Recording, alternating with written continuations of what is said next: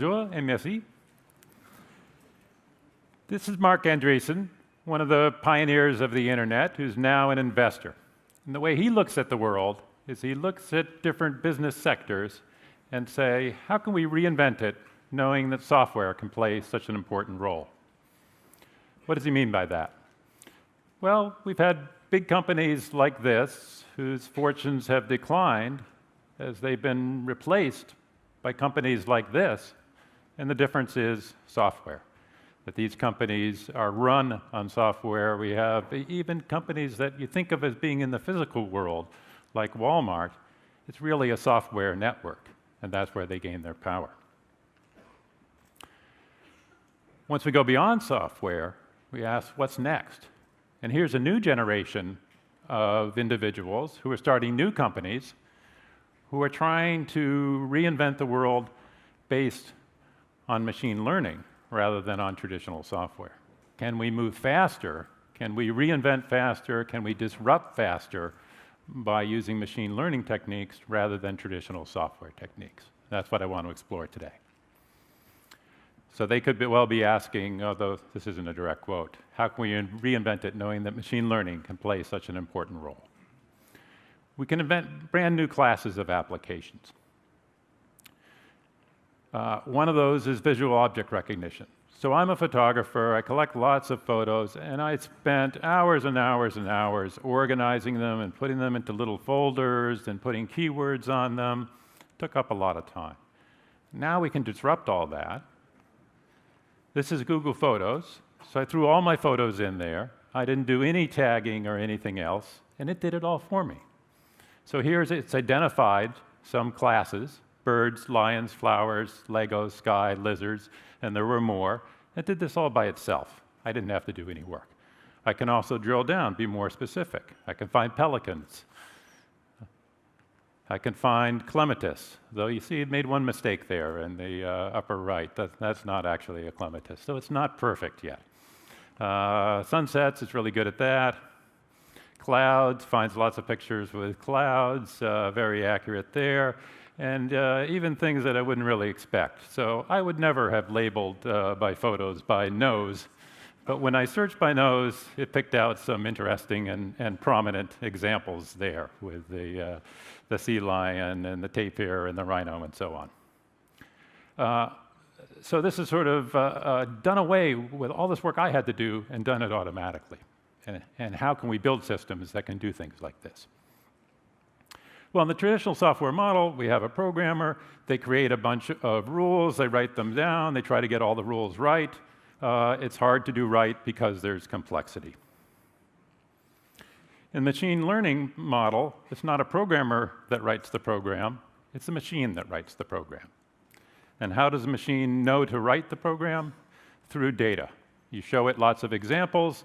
You give it a model that says, this is what I think the world is like. And then you tell the system, arrange it so that in the future you'll do things similar to the examples you saw in the past. And then out comes what's mostly a black box. So you give examples in, what comes out is a program that will do the right thing. You're not quite sure exactly how it works, but it's a black box with a lid that's open because we can peer inside it. And one of the big challenges now is how do you peer inside and how do you understand what's been written by this machine intelligence, as opposed to in the past, we had better means of understanding what was written by a human programmer. Let me give you an example, the task of spelling correction. So if you use one of the popular word processors, you're familiar with this, you're writing along and you get the little red squiggly lines, and sometimes it's very helpful when you make a spelling error. Here, it was not so helpful. So I've correctly spelled the name of my colleague here, but he still gets the little red squiggly lines under his name. And the reason is because his name is not in the dictionary. And this was programmed by following a dictionary. And if you took the advice of these traditional programmers who followed the dictionary, you would replace his name, Mehran Sahami, with the suggestions, Tehran Salami. Not a good suggestion as far as I know. Salami is not a major export of Tehran. But if you had to find words that were in the dictionary, that's probably about the best you could do. And how did the programmers come up with that? Well, they had the dictionary and they wrote lots of individual words like this, or individual rules, and carefully wrote and debugged them. Here's a different open source spelling correction program, and I won't go over it, but it's about 2,000 lines of code. And notice that's just for English. So if I wanted to do it again for French, I'd probably need another 2,000 lines. If I wanted to do it for a language that was very different, Finnish or a different character set, Arabic or Chinese, I'd have to start over from scratch. So a lot of work to get this done. Compare that to what's done if you go to search engines these days, rather than to word processors, they always get it right. So they know who Mehran is. They even show you pictures and correctly identify it if you typed it right and correct it if you got it wrong. How do they do that? It's because they're built on examples, not from dictionaries. They're built on examples of all the words they've seen on the web and examples of all the users that come and correct the spelling from one moment to the next. And to make a system like this, you make a model, and the model can be as simple as this one sentence that says the best word is probably a word that's very likely in English and a word that's very close to what was typed. You can build an entire system here in 20 lines of code rather than 2,000, and note that that's total, that I could reapply this to English or to French equally well. All I need is examples of good spelling in English or French, and I'm done. So that seems like an amazing panacea, 100-fold at least increase in productivity, and it's great and it allows amazing new things, but there is no free lunch. So why now? Why are we suddenly seeing this increase in machine learning? I think it's mainly because we have the computing capability now that we didn't have before, and because so much of the information that's out there in the world is now available in digital form as data. And so we're operating at the scale of billions to trillions of data points, millions to billions of features, of aspects of the world for each data point, and operating in data centers with hundreds of thousands of CPUs, and so on. So operating at a large scale. Now, let's talk about this task of object recognition. How do we know that there was a lion or a sky or clouds in a picture? And if we want to do this with traditional software engineering, we'd very laboriously come up with models one object at a time. So here, somebody's trying to make the model for pandas, and they build this 3D model, and they write a lot of code. And a few months later, maybe you can recognize pandas. But if you want to recognize hundreds of thousands of different objects, that's just not going to cut it. We need a new approach.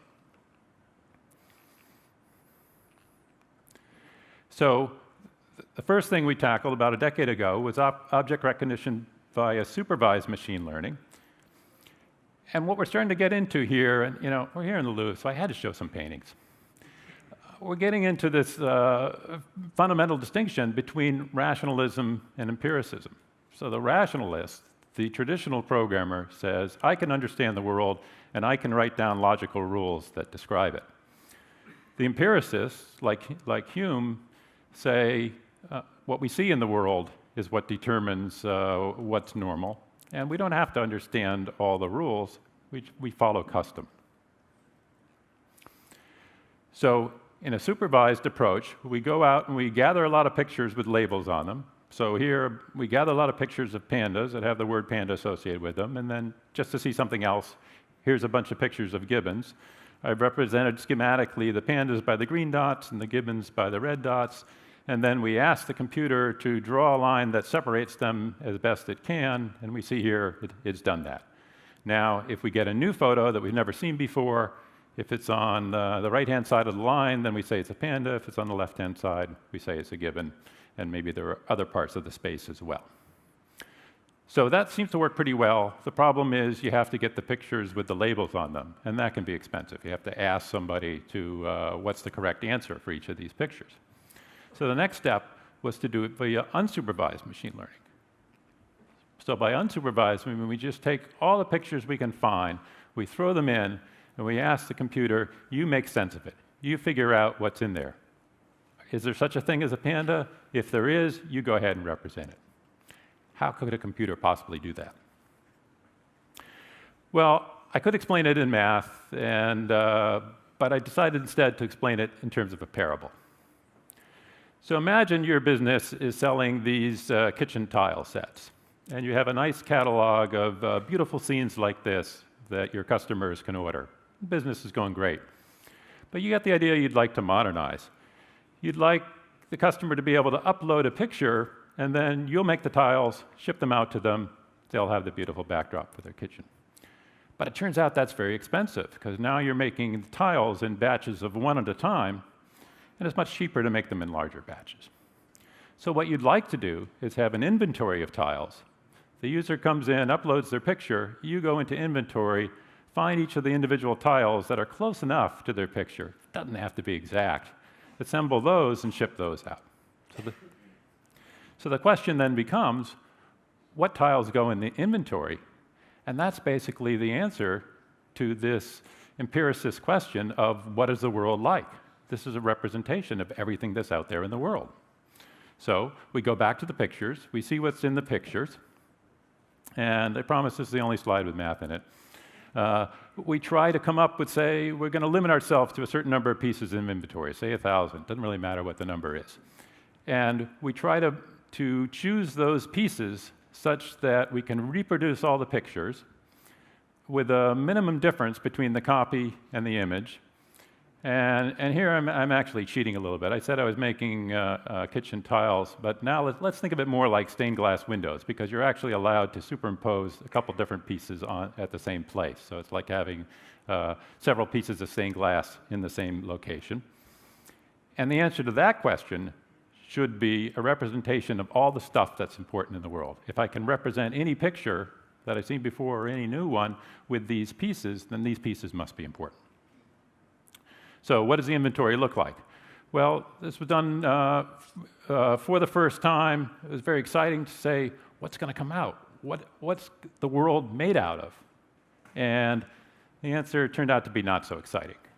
That when you do this, you do the math, and you do all the calculations, and it comes out that the world is made out of lines, which is a discovery that's made by any kindergartner with a pencil or a crayon. They know they can draw anything with lines. So that was disappointing, but we didn't give up then. We went back and said, oops, having trouble advancing here.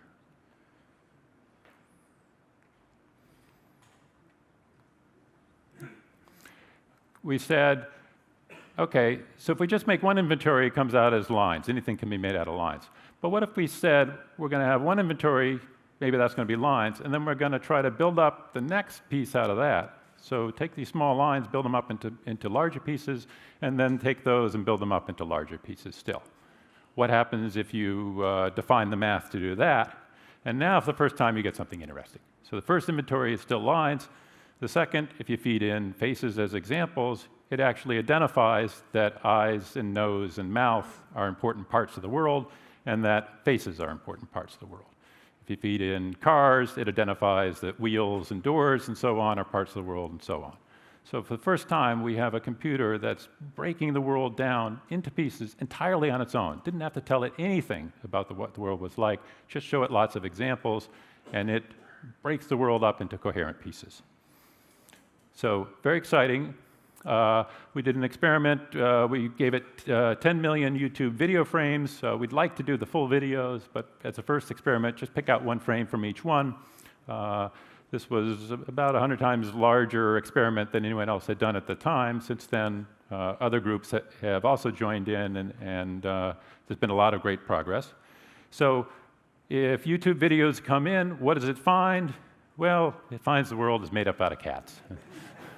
And many other things as well. But one of the pieces out of those 1,000 pieces at the top level was dedicated to cats.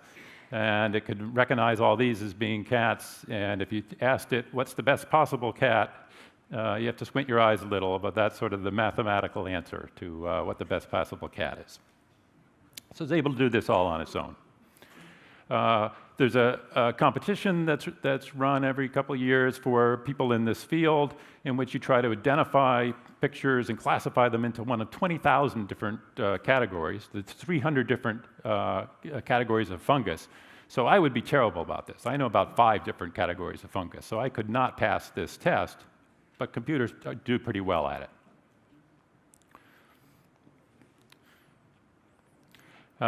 Here's some example of some of the easiest and hardest classes for computers to recognize. And it's interesting, right? So computers do 100% on Blenheim Spaniel. I hadn't even heard of that one before, but apparently they're distinctive. But computers don't do as well for things that have more variation, like water bottles, which can be many different sizes and shapes. They're only 68% accurate on those.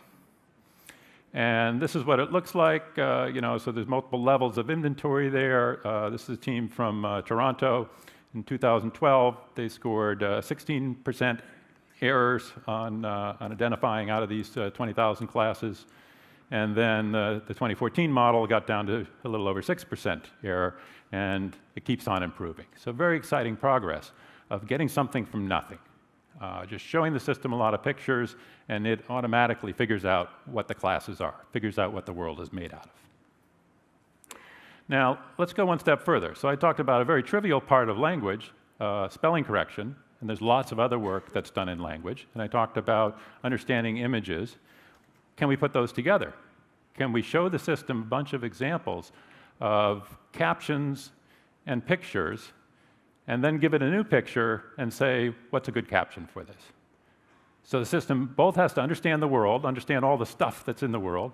It has to understand what's worth talking about, what's important enough to go into the caption, and it has to understand the rules of the language, in this case English, well enough to generate a caption that seems coherent. So here's an example. Here's this picture. We asked a human, what do you think is a good caption for that? And said 3 different types of pizza on top of a stove. You have to look carefully to say, oh yeah, there are 2 different types of pizza on the left there. And then we asked our first computer model what the good caption should be. And it said 2 pizzas sitting on top of a stovetop oven. So it's not quite as attuned to the difference between the tomato and the mushroom there. And then we did a second model, and it came up with a pizza sitting on top of a pan on top of a stove. Okay, so think of what it's doing here. Out of just showing it examples, it's come up with a model of the world and a model of English, and doing a pretty good job. Now, I don't want to say that it always gets it right. So I'll show you some of the outtakes. So here's an unusual image, a horse in pajamas. I guarantee you there had been no training examples of horses in pajamas, and so it did the best it could, and it said a couple of giraffes standing next to each other. And maybe that makes a little sense, because the spots on the pajamas do look a little bit like reticulated giraffe spots. Here's one. A reflection of a dog in a side view mirror. And here's the king. And it thought that was a man riding a skateboard. Apparently, it had never seen anybody try to dance in quite that type of pose before. And I don't know if you can quite see it here on the projector, but there actually are horizontal lines along the bottom there that might look a little bit like the lines of a skateboard. No wheels on the skateboard, though. Okay, so it's not perfect yet, but tantalizing in what it can come up with. So what are some of the challenges for machine learning systems? So here's a very interesting paper about adversarial examples. So by that I mean, if we tried to trick the system, what could we do? So again, here's sort of schematically, here's a picture of a panda, and it's near this decision boundary between panda and gibbon. What if we just sort of tweaked the picture as little as we could to just barely push it over the decision boundary? And then we would we fool the system, or would it correctly figure it out? So we take the picture for panda, we head in the direction of the boundary, and heading in that direction comes up with this bunch of pixels here that look like noise. And then we took just a tiny bit of the noise and added it into the panda. We get a picture that looks indistinguishable. So it still looks exactly like a panda, but now the system says gibbon, and it says it with 99.3% confidence. So we've completely fooled the system with something that a human would say, well, not only would I not say that's a gibbon, I can't even tell the difference between those 2 pictures. And so what did we learn from this? Well, we sort of, or at least I thought coming in, maybe people more experienced, you heard about Jan LeCun yesterday if you were here. He may be well ahead of me on this. But I thought we had sort of broken up the world into this. We had sort of these large chunks of islands, of spaces with borders in between them.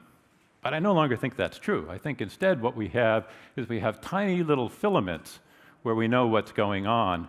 And in between them is this unexplored space where here be monsters, and the system has no idea what's going on in between these tiny little spaces that are labeled with pictures.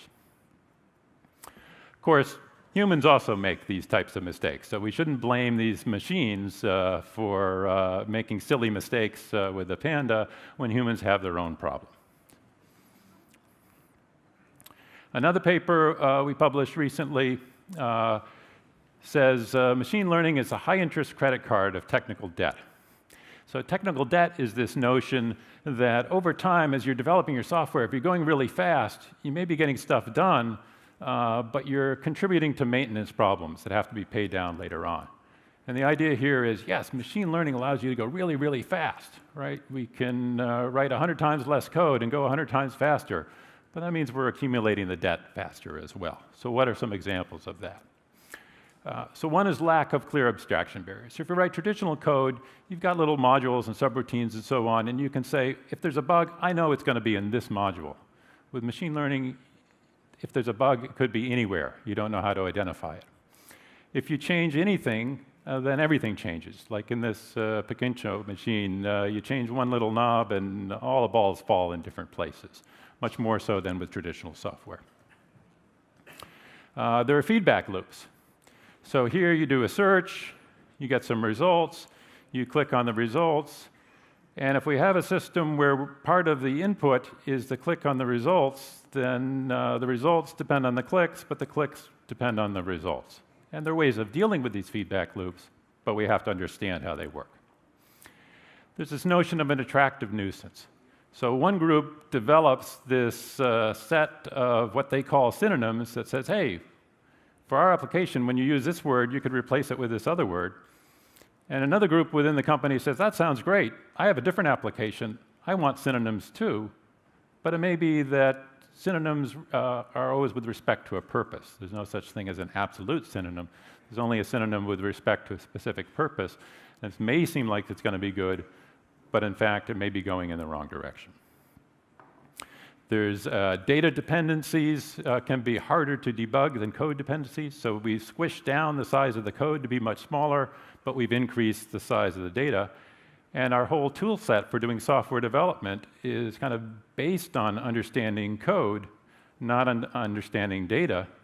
And we aren't geared up with all the automated tools and test suites and so on to deal where we mainly have data and configuration dependencies and how we put the data together. And that can all be fixed, but we need to get all the tool sets.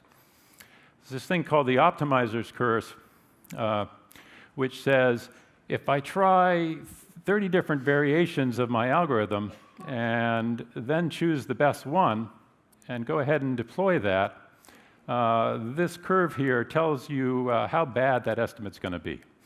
So basically, if I chose the best out of my 30 different machine learning experiments, I made the best choice I could, but the one I chose is best in part because it was good, but also probably in part because I was a little bit lucky.